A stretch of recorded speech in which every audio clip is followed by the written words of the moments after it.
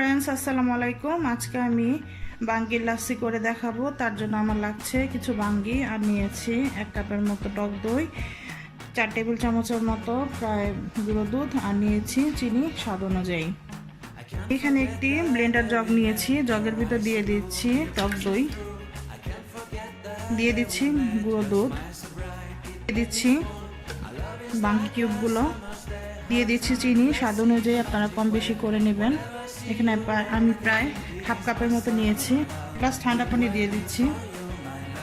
এখন আমি এটা ব্লেন্ড করে নিচ্ছি। হয়ে গেল আমার বাঙ্গির লাসি, আমি পরিবেশন করে আপনাদের দেখালাম। তো আশা করি রেসিপিটি আপনাদের ভালো লেগেছে। যদি ভালো লেগে থাকে তাহলে অবশ্যই আমাকে লাইক, শেয়ার, কমেন্টস করবেন। অবশ্যই সাবস্ক্রাইব করবেন, সাবস্ক্রাইবের পাশে বেল আইকন বাটনটি ক্লিক করবেন। এতে করে আমার চ্যানেলের আপডেট আপনারা সহজেই পেয়ে যাবেন। আজকে এই পর্যন্তই, আল্লাহ হাফেজ।